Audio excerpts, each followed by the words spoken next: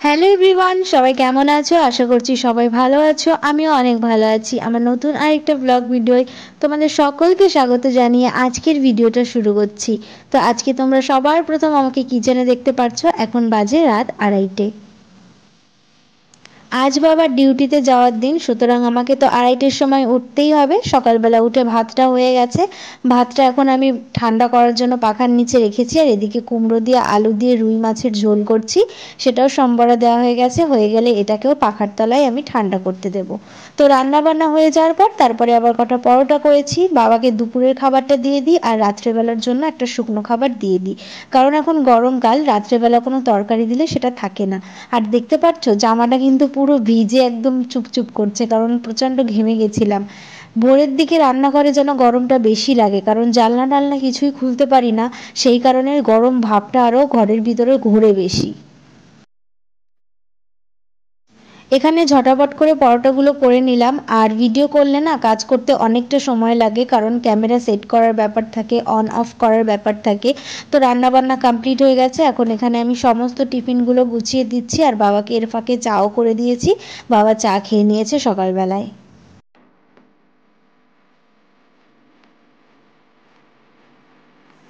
তো এই দিনকে আমি এতটা পরিমাণে ঘেমে গেছিলাম যে আর তারপরে শুইনি।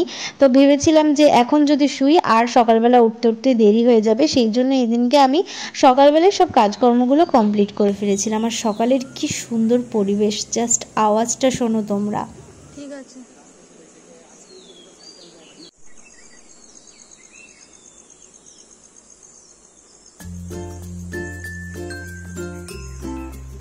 তো বাবা তো বেরিয়ে পড়লো ডিউটিতে। এখন আমি এসেছি রান্নাঘরটা পরিষ্কার করার জন্য। যতগুলো থালা বাসন জমাট বেঁধেছিল সবগুলো এখন সুন্দর করে ধুয়ে নেব। আর ধোয়া হয়ে গেলে রান্নাঘরে দেখতে পাচ্ছ স্ল্যাবের ওপর আটা টাটা পড়ে আছে। তো গ্যাস ওভেনটা মুছছে, স্ল্যাবগুলো পরিষ্কার পরিচ্ছন্ন করে নেব। তো চলো রান্নাঘরটা তাড়াতাড়ি ক্লিন করে নিই, তারপরে আরও বাকি কাজকর্ম তো তোমাদের সাথে শেয়ার করবোই, সেগুলোও তোমরা দেখতে পাবে। আমার মোটামুটি রান্নাঘর পরিষ্কার পরিচ্ছন্ন করে ঘরটারও ঝাড়ু দেওয়া হয়ে গেছে। ঘর ঝাড়ু দেওয়াটা আর তোমাদের সাথে আজকে শেয়ার করিনি। রান্নাঘর পরিষ্কার করে ঘরটার ঝাড়ু দিয়ে আমার বাসি কাজ সব কমপ্লিট হয়ে গেছে। আর এদিকে এখন এসেছি কুমড়োর ফুল ছিঁড়তে। আজকে প্রচুর পরিমাণে কুমড়োর ফুল ফুটেছিল, আর দিদাকে দেবো আজকে ফুলগুলো। দিদা মাসিদের বাড়িতে রয়েছে, আর দাদু জানো তো কুমড়োর ফুলের বড়া খেতে ভীষণ ভালোবাসে।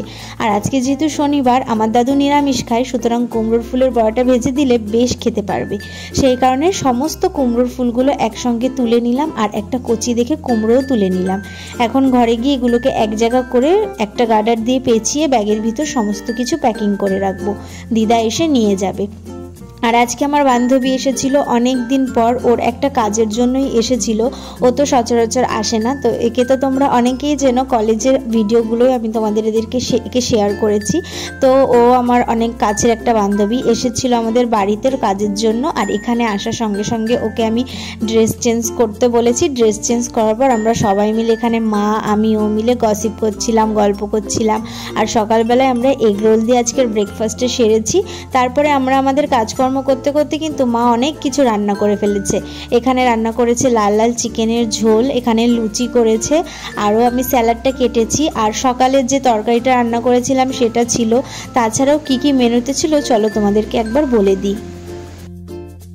তো আজকের মেনুতে ছিল হচ্ছে গাঢ় গাঢ় করে মুগের ডাল, আর ছিল পনির, সয়াবিন, পটল দিয়ে একটা তরকারি, আর মিক্সড সবজি ছিল একটা, আর মাছের ঝোল, চিকেন, দই, মিষ্টি, চাটনি, পাঁপড়, এগুলোই ছিল। তো তারপরে আমরা সবাই মিলে এখানে বসে আইসক্রিম খাচ্ছিলাম। আর ও নিয়ে এসেছিল একটা 7up, আর এখানে একটা 7up নিয়ে এসছে। এতটাই বড় একটা 7up নিয়ে এসছে যে আমরা খেয়েই পারিনি, এখনো ফ্রিজে রয়েছে। সেদিন তো অনেকটা করেই খেয়েছি, এখনো পর্যন্ত ফ্রিজে রয়েছে। এখন ব্যালকনিতে বসে বসে 7up খাচ্ছিলাম আর অনেক গল্প করছিলাম। যেহেতু কলেজ শেষ হওয়ার পর 1 বছর পর আমাদের আবার দেখা হলো। কোথা দিয়ে 1 বছর কেটে গেল বুঝতেই পারলাম না। তো অনেক গল্প করছিলাম। তারপরে বিকেলের দিকে রোদ কমে যাওয়ার পরেও বাড়ি চলে গেছিলো। আর শনিবার যেহেতু সে কারণে বাইরে একটু বড় ঠাকুরের পুজোও করে নিচ্ছি।